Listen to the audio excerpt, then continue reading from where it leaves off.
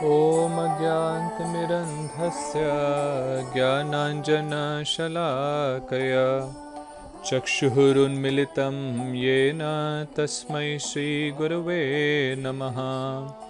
Jai Shri Krishna Chaitanya Prabhu Nityananda Shri Advaita Gadadhar Shivasadi Gaur Bhakta Vrinda. Hare Krishna, Krishna Krishna, Hare Hare, Hare Rama, Rama Rama, Hare Hare. Hare Krishna. Last time we discussed that how at a young age Vichitravirya died, and then Satyavati arranged for his first son Vedvyas to come and beget children in the wombs of Ambika and Ambalika.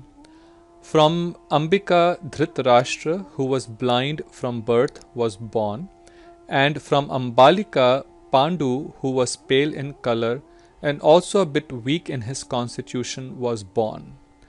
Both the princes grew up, and since Dhritarashtra was blind, he could not be made the king, and Bhishma made Pandu the king of Hastinapur. Now it was time for both of them to be married. Pandu was married to Kunti, who was the adopted daughter of the king of Kunti Bhoj. Once when Kunti was young, Durvasa Rishi visited the kingdom of Kunti Bhoj, and the king asked Kunti to serve Durvasa Rishi. Kunti, with great reverence, sincerity, and discipline, served Maharshi Durvasa, and pleased by her dedication, he blessed her with a very special mantra, that by using that mantra she could invoke any demigod of her choice, and by that demigod's mystic potency bear a child. When Kunti got this mantra, she was very excited and wanted to test if the mantra actually worked. So she invoked Surya Dev, or the god of sun, and to his amazement he appeared in front of her, ready to beget a child for her. Now she was terrified, because if she begot a child before marriage, then her chastity would be questioned. But the sun god said, "O dear Kunti, because you have used this mantra to invoke me, I cannot go back without giving you a son. But I understand your predicament, and I bless you that you will still stay virgin even after bearing this child." So Kunti had this son, and as soon as the child was born, she put him in a basket and put in the river. Downstream, that basket was found by a charioteer called Adhirath, who took it to his wife Radha, and they took care of this child, and he later on became known as Karna, who fought from the side of the Kauravas in the battle of Mahabharat. Later on, Kunti was married to Pandu. Pandu also had another wife called Madri. Once Pandu was hunting in the forest, and to test the powers of his bow and arrow, he by mistake killed 2 deers who were actually a sage and his wife, who had morphed their bodies like those of a deer. The sage cursed Pandu that if you ever embrace a woman, you will immediately die. Therefore, Pandu, even though having two queens, Kunti and Madri, could never go to them and have children. This made him very sad and despondent. Then Kunti once told Pandu of the boon that she had by the blessings of Durvasa Rishi, and by using that mantra she could invoke a demigod and beget a child. Pandu was very happy and requested Kunti that we should first invoke Dharamraj, or the god of death, also called Yamraj, and through his mystic potency have a son. So they both performed austerities, purified themselves, and then invoked Yamraj. By his blessings, a son was born to Kunti, and his name was Yudhishthir. He was the eldest of the sons of Pandu.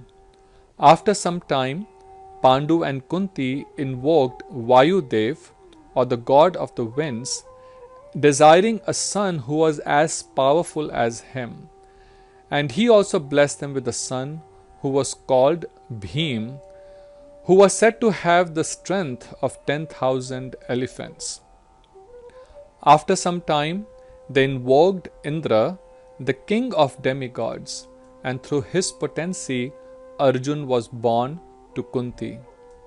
After these three sons, Pandu thought, "Oh, Kunti has now three sons, but my other wife Madri has not been able to bear any child."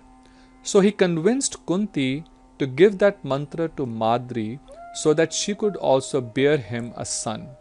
Madri then invoked Ashwin Kumars, the twin demigods, and by their potency she had two sons, Nakul and Sahadev.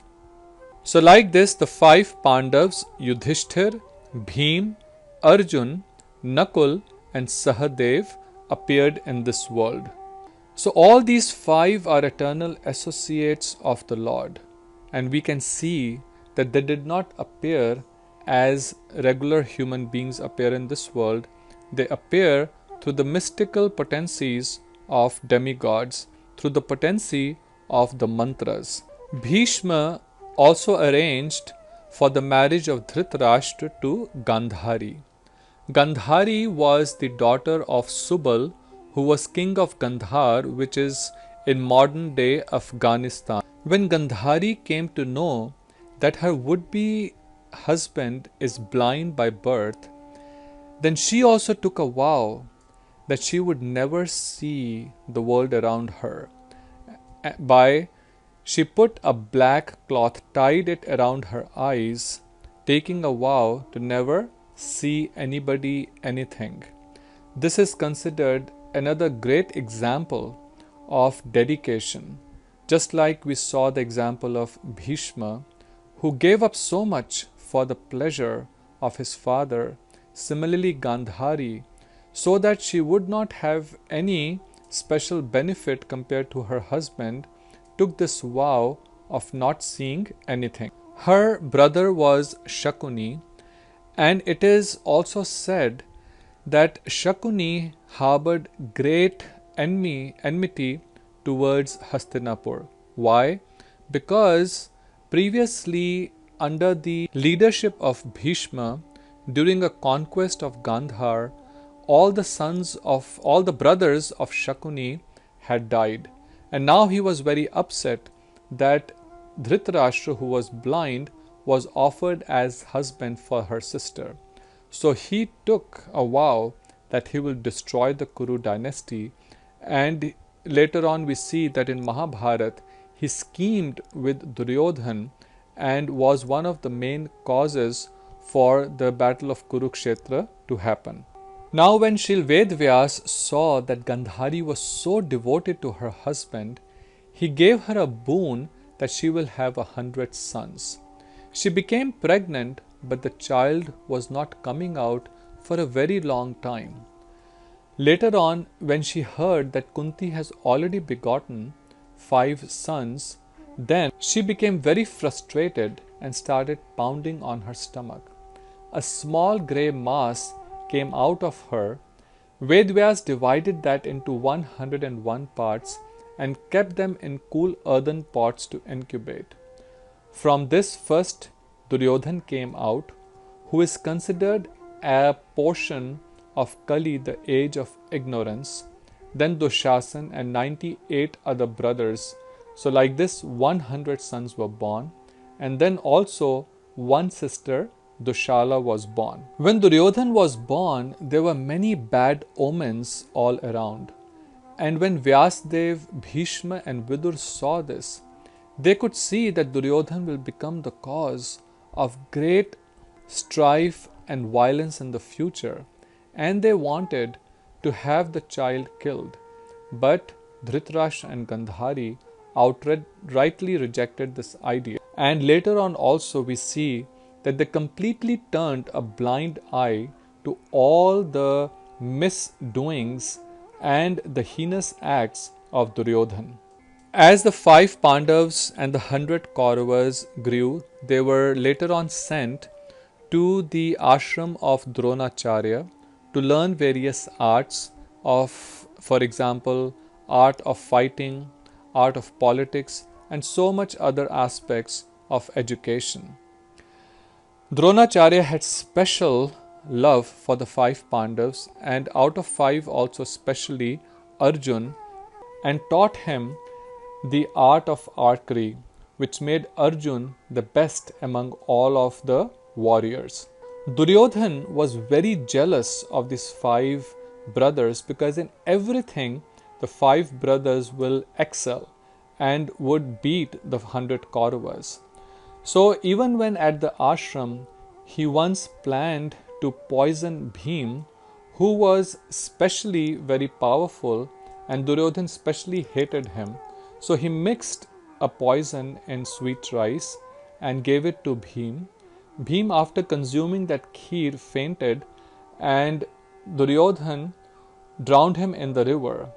As Mahabharat explains this in great detail, there were the Nagas or the snakes, and they bit Bhima, and actually that poison acted as an antidote to the poison that Duryodhan had given, and Bhim finally recovered and came out of the river and went back to his brothers. After finishing their education, they came back to Hastinapur.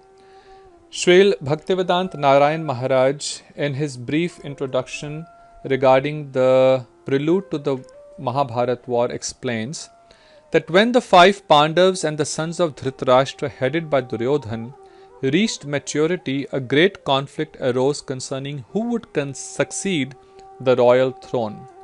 King Dhritarashtra favored his sons and wanted Duryodhan to be king by fair means or foul. However, the highly religious grandsire Bhishma could not allow this, being pressured from other respected personalities and citizens. Duryodhan, who was born from a portion of Kali, was extremely wicked and irreligious by nature, and he wanted to be the sole monarch without opposition. To this end, he made various conspiracies to kill the Pandavas, all with the secret consent of King Dhritarashtra. Despite repeated requests by Maharshi Vedvyas, grandsire Bhishma, Guru Dronacharya, the saintly Vidur and others, Dhritarashtra did not give the Pandavas the due half of the kingdom. However, for external show, he crowned Yudhishthir crown prince of Hastinapur and sent him to Varnavat, where Duryodhan planned to kill all the Pandavas by setting fire to a newly built palace. Dhritarashtra approved of this heinous plan, but by the will of the Supreme Lord, the Pandavas were somehow saved. In due course of time, the Pandavas married Draupadi. So what was this pastime of Lakshagraha and how the Pandavas were saved from there as well as married to Draupadi, we will discuss next time. Till that time, Hare Krishna, Radhe Radhe. Have a very blessed day.